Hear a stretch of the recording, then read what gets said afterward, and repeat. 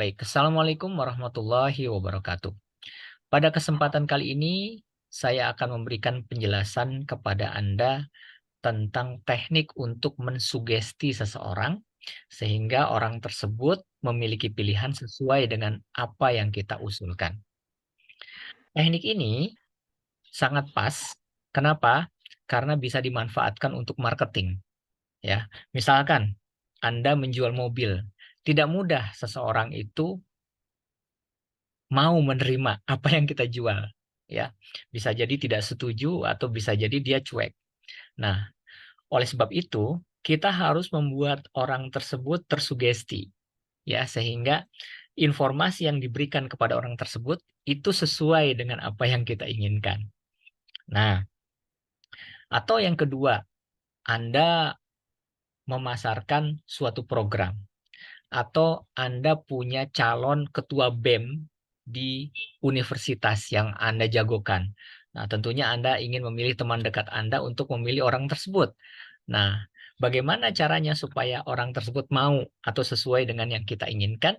Itu yang disebut sebagai metode canvassing. Baik, yang pertama, kita harus tahu dulu karakteristik orang tersebut. Ya, harus tahu karakteristik orang tersebut.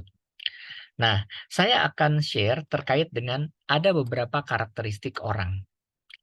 Yang pertama, ada orang yang memiliki karakteristik visual. Ya. Jadi visual di sini adalah orang tersebut cenderung lebih suka melihat gambar, melihat tulisan, pokoknya yang bisa dia lihat visual. Pada saat Anda menawarkan program, menawarkan seseorang atau menawarkan produk ke orang ini, itu paling cocok kalau kita memberikan dalam bentuk brosur, ya, dalam bentuk brosur kemudian kita kasih. Nah, dia cenderung lebih suka melihat itu. Yang kedua, itu yang disebut sebagai auditory. Apa itu auditory? Auditory itu orang ini cenderung lebih suka mendengar, ya, dibandingkan dengan apa yang dia lihat. Nah, pada saat Anda menawarkan sesuatu kepada orang ini, Anda harus pandai berbicara. Ya, karena dia lebih suka mendengar, kemudian mencatat, ya Anda harus pandai beretorika, kemampuan untuk mempengaruhi orang tersebut lewat bicara Anda. Nah, orang yang ketiga ada yang disebut sebagai kinestetik. Apa itu kinestetik? Kinestetik ini orang yang lebih suka kalau diajak bergerak. Dia tidak suka tuh kalau dikasih brosur. Dia tidak suka juga kalau misalkan Anda banyak bicara di hadapan dia. Ya, dia akan lebih suka kalau Anda ajak praktek. Kalau misalkan Anda jual mobil, sini-sini, coba ya mobilnya ya. Nah, dia lebih suka seperti itu. Nah, jadi ini yang disebut dengan kinestetik. Jadi langkah pertama Anda harus tahu dulu kira-kira orang yang menjadi target Anda ini, dia masuk kategori visual, kategori auditory, atau yang ketiga kategori kinestetik. Nah, bagaimana cara mengetahuinya? Mudah cara mengetahuinya. Ada beberapa ciri. Cara pertama untuk mengecek apakah target kita itu visual, auditory, atau kinestetik adalah ajukan sebuah pertanyaan yang membuat dia berpikir. Contoh, Anda ajukan pertanyaan. Menurut Bunda atau menurut Mbak, apa pandangan Mbak kalau sekiranya di tahun 2024 akan ada meteor yang menabrak bumi ukurannya sebesar 60 kilometer. Nah, dia akan berpikir. Pada saat orang akan berpikir, dia biasanya akan menggerakkan matanya. Anda perhatikan matanya. Kalau sekiranya matanya itu bergerak seperti ini, dia akan ke kiri atau ke kanan, tetapi ke atas. Orang ini adalah orang yang memiliki sifat visual. Ya, kalau sekiranya pada saat ditanya, orang tersebut akan cenderung melirik ke kiri atau melirik ke kanan atau berusaha untuk melihat telinganya, ya. berarti orang ini masuk ke dalam kategori auditori yang suka mendengar, ya. Tetapi pada saat ditanya, maka orang tersebut cenderung melihat matanya ke bawah seperti ini, maka otomatis ini masuk ke dalam kategori orang kinestetik. Nah, itu ciri yang pertama. Jadi saya ulangi, kalau pada saat ditanya matanya ke atas, samping kiri atau kanan, berarti dia visual. Kalau cenderung melirik ke kiri ke kanan seperti melirik telinganya, berarti dia auditori. Tapi kalau cenderung melirik ke bawah, berarti dia kinestetik. Baik, itu ciri yang pertama. Itu dari sisi gerakan mata. Nah, lalu bagaimana kalau sekiranya kita ingin membedakan dari sisi perilaku? Baik, orang visual itu biasanya dia berbicaranya cepat, ya. Dia berbicara cepat, kemudian menggunakan nafas dada. Kemudian kalau dia ngomong apa ngobrol, dia cenderung memilih agak jauh dari kawan berkomunikasinya. Itu orang visual. Jadi seperti orang yang ingin melihat secara utuh lawan bicaranya. Ya, jadi dia agak menjauh. Nah, itu orang visual. Kemudian ciri lain, orang visual itu suka medsos. Ya, apa-apa diupload, ya, menunjukkan sesuatu. Nah, jadi itu dia orang visual. Jadi orang semacam ini itu cocok kalau dikasih brosur, kalau dikasih flyer, sesuatu yang kita tawarkan. Ya. Kemudian yang kedua, orang auditori. Orang auditori itu biasanya, ini cirinya ya, ngomongnya pelan. Jadi kalau ngomong sama dia itu kalau bisa agak deket. Ya. Kemudian yang kedua, dia suka mencatat. Anda perhatikan kalau dia suka mencatat, berarti dia auditori. Kemudian yang ketiga, biasanya gerakan tangannya itu lamban. Nah, itu orang auditori. Nah, kemudian eh, yang ketiga, kinestetik. Kinestetik itu seperti apa ciri-ciri gerakannya? Yaitu biasanya orang itu nggak penting penampilan, ya. Jadi tidak terlalu mementingkan penampilan, yang penting nyaman. Ya, jadi gak penting amat tampilannya seperti apa, yang penting nyaman, dia suka, dia pakai. Nah, ini orang kinestetik. Ya. Kemudian dari sisi bahasa, nah ternyata ada perbedaan tuh antara orang visual, auditori, dan kinestetik. Ya, kalau sekiranya dari sisi bahasa,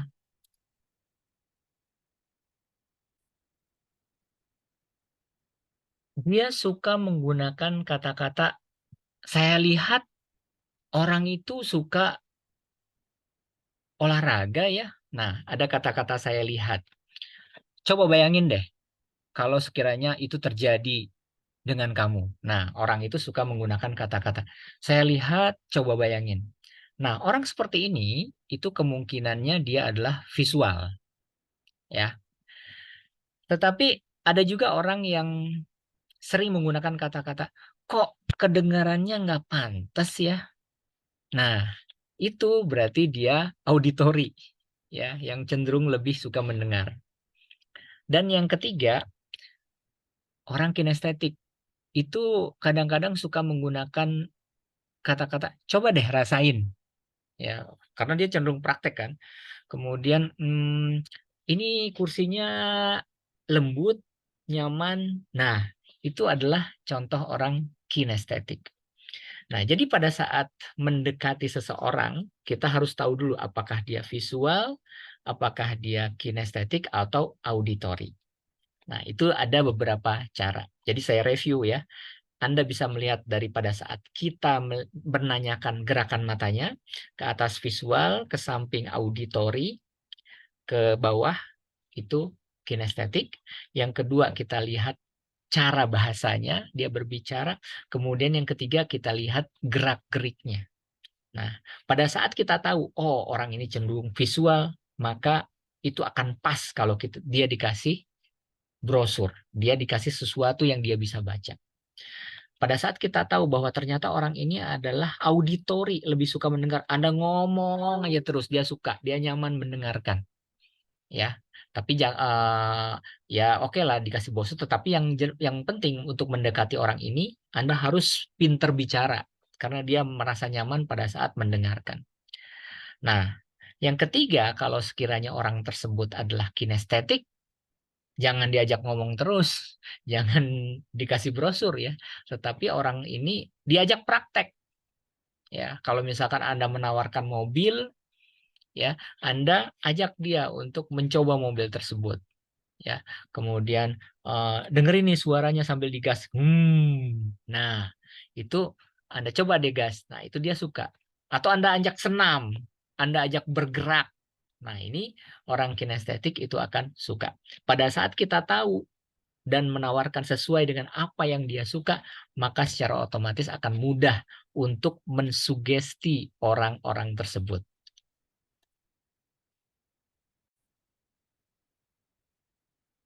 Lalu berikutnya, Anda harus tahu saat atau waktu yang tepat pada saat kita meng-approach, mendekati orang tersebut, mana yang paling pas.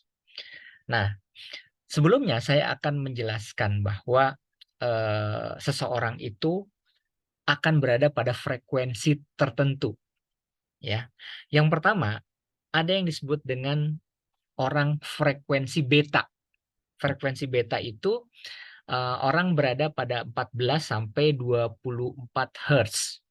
Ya, contohnya adalah orang yang sedang fokus ikut seminar, ya, atau ikut mendengarkan radio, ya, atau nonton film.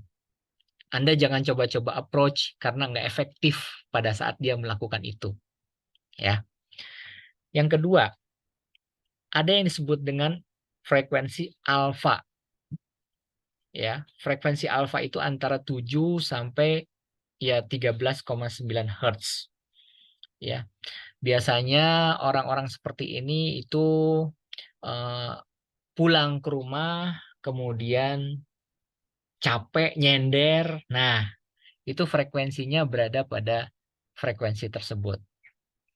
Ya, uh, jadi baru capek, kemudian ingin melepaskan lelah. Yang seperti itu juga jangan Anda dekati, Anda menawarkan sesuatu kepada orang tersebut. Nggak tepat. Ya. Nah, yang tepat adalah yang ketiga, yaitu beta, alfa, gamma. Ya, gamma itu pada saat situasinya orang tersebut udah sandaran, kemudian ruangannya nyaman, ada AC-nya, kemudian mata bergerak ke kiri, ke kanan, pokoknya udah ada nyaman. Nah, inilah posisi yang pas jika Anda ingin menawarkan sesuatu, entah produk, entah program, entah orang atau calon tertentu. Nah, ini pas sekali. Ya, yang gamma. Dan yang terakhir itu ya tidur pulas. Nah, itu juga sebenarnya sih bisa. Ya, cuman ini yang disebut sebagai self hypnosis.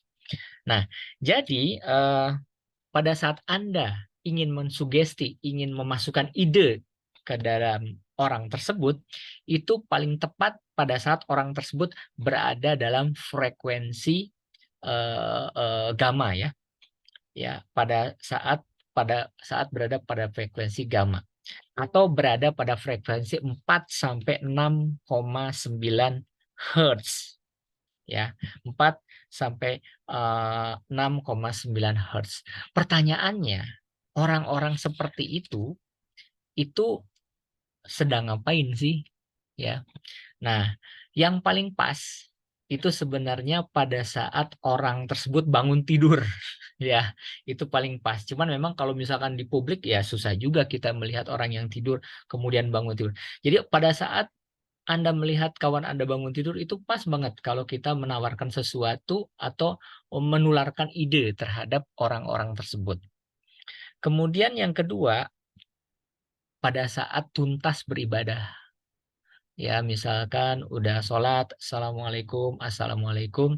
Nah, itu kan udah tuntas tuh beribadah. Itu frekuensinya berada pada frekuensi yang nyaman untuk men-share ide-ide tersebut kepada orang tersebut. Ya, itu pas sekali. Kemudian pada saat bermain, kemudian bercanda, kemudian mengobrol yang larut. Nah, itu adalah saat-saat yang pas di mana Anda bisa menawarkan sesuatu kepada orang tersebut. Ya, baru bangun tidur. Kemungkinan keberhasilannya akan lebih baik. Nah, itu poin kedua. Jadi waktunya harus pas ya pada frekuensi tersebut. Ya, seperti misalkan bangun tidur atau tadi habis sholat ya, itu frekuensinya pas untuk kita membagikan ide tersebut. Kemudian yang terpenting nih, yang terpenting adalah pengulangan. Jadi jangan cuma sekali Anda memberikan sugesti kepada yang bersangkutan itu, kalau bisa berkali-kali. Ya, dulu saya pernah di advertising agency, kalau kita pasang iklan itu 4 kali, ya 4 kali. Maksudnya apa tuh 4 kali, Pak? Yang pertama, iklan muncul pada saat orang nonton sinetron. Truk, itu artinya apa? Oh, orang tersebut baru tahu, oh ternyata ada produk itu ya, gitu ya. Itu yang pertama. Yang kedua, iklan yang kedua muncul. Truk, kenapa harus muncul? Oh, kadang-kadang orang sudah tahu, tetapi dia ingin tahu detil. Oh, iklan itu tuh tentang produk ini. Dia mampu membersihkan noda sekaligus membunuh kuman, misalkan yang kedua. Kemudian iklan nggak cukup tuh hanya 2. Yang ketiga harus dimunculkan. Orang sudah mulai membanding-bandingkan tuh. Oh, apa bagusnya produk ini dengan yang ini? Apa bagusnya calon ini dengan yang ini? Apa bagusnya program ini dengan yang ini? Udah mulai membanding-bandingkan. Nah, yang keempat itu iklan harus dimunculkan supaya apa? Supaya orang tersebut punya decision. Saya harus memilih yang A atau yang B. Saya harus memilih produk A atau produk B. Nah, itu terkait dengan pengulangan. Ya, jadi kenali orang yang ingin Anda dekati lewat visual, auditory, kinestetik. Yang kedua, cari cara yang pas untuk mendekati. Dan yang ketiga, lakukan secara berulang-ulang. Minggu ini, kemudian minggu depan, minggu ketiga, dan begitu seterusnya. Itu cara melakukan canvassing atau menularkan ide kepada orang yang akan kita pengaruhi. Berikutnya adalah pada saat kita melakukan pendekatan kepada orang, pilih kalimat-kalimat yang pas. Ada beberapa cara pemilihan kalimat yang pas. Yang pertama, cari kalimat yang positif. Ya, jangan menggunakan kata-kata tidak, bukan, jangan, nanti ya. Itu jangan menggunakan kata-kata itu. Kalau bisa, gunakan kata-kata positif. Contoh misalkan, Anda menawarkan BPJS misalkan. BPJS bermanfaat kan? Ya. BPJS itu menguntungkan. Nah, itu akan lebih bagus daripada Anda menggunakan tidak. BPJS itu tidak merugikan. Nah, itu jangan pakai kata itu. BPJS itu bermanfaat kan? Orang ini banyak memberikan manfaat kepada orang lain kan? Nah, itu kalimat positif. Kemudian, yang kedua, kalau bisa, pakai kalimat sekarang. Jangan menggunakan kalimat nanti.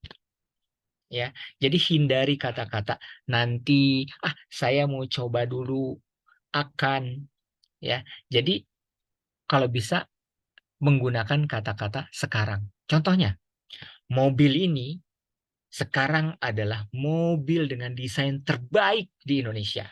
Nah, seperti itu. Kemudian, oh, dia tuh calon ketua BEM kita. Dia itu mahasiswa dengan indeks prestasi yang tertinggi saat ini di kampus kita. Pilih ya. Nah, itu sekarang ya. Jadi Anda jangan katakan, oh, nanti kalau dia terpilih dia akan memberikan kamu ini loh. Nanti kalau kamu pakai mobil ini, ya performansinya akan pelan-pelan akan naik loh. Jangan menggunakan kata-kata tersebut. Jadi gunakan sesuatu yang sifatnya sekarang. Kemudian yang ketiga, sebut nama orang tersebut secara spesifik. Jangan Anda mengatakan, Mbak, kemudian Bunda, Anda sebut namanya. Misalkan Bunda Kholilah, mobil ini bagus kan? Begitu kan. Bunda Siti Nur Asia, orang ini bisa dipercaya kan untuk memimpin, misalkan seperti itu. Dan yang terakhir itu kalau bisa diulang-ulang, ya, ya 4 kali ulang lah, seperti teori pemasaran produk, ya.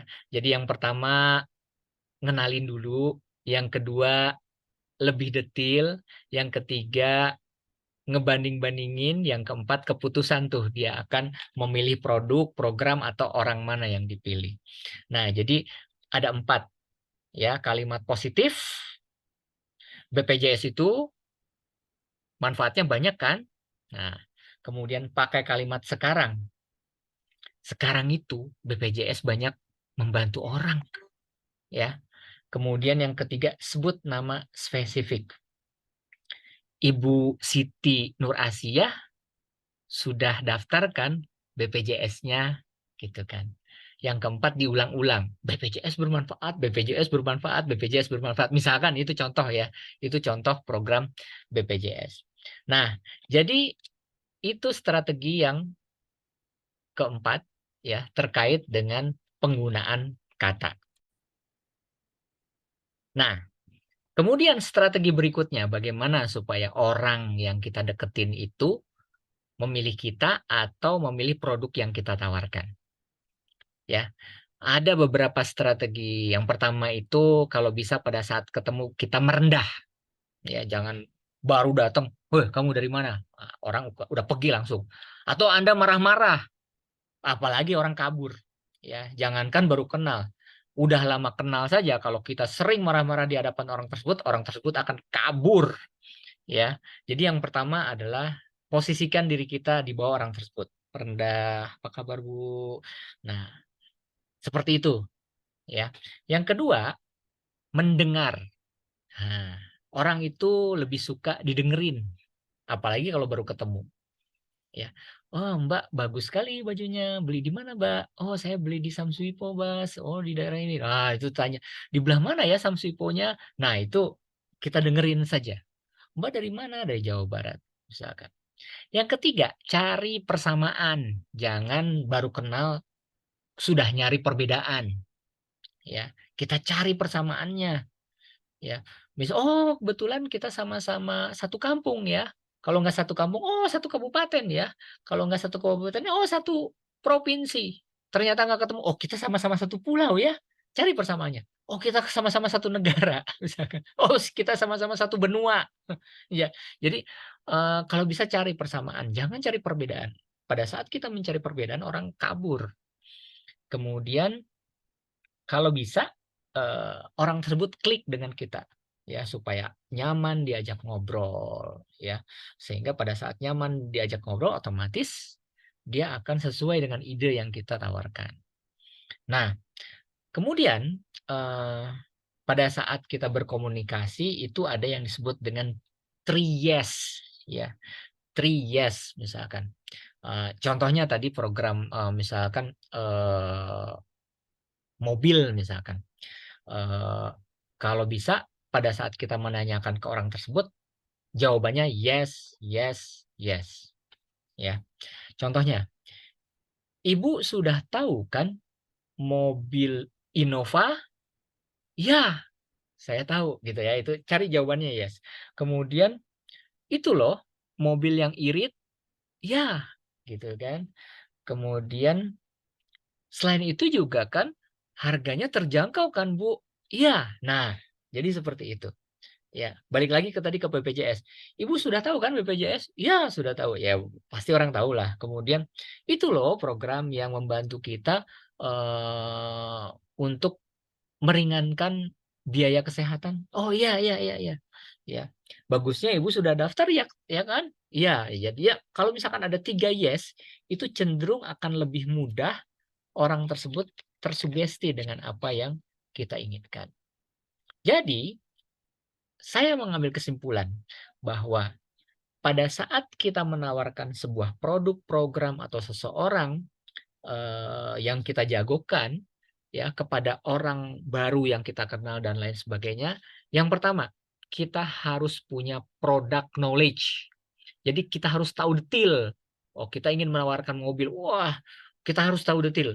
Apa kelebihan mobil itu, kekurangan mobil itu, pokoknya tahu dah harus detail. Yang jadi yang pertama adalah product knowledge. Yang kedua, people knowledge. Ya, orang yang kita tawarkan itu kita harus tahu apakah dia sifatnya visual tadi, kinestetik tadi, atau auditory. Ya, jadi jangan sampai salah strategi. Orang visual kan lebih suka melihat, kamu banyak ngomong, makanya dia akan kabur.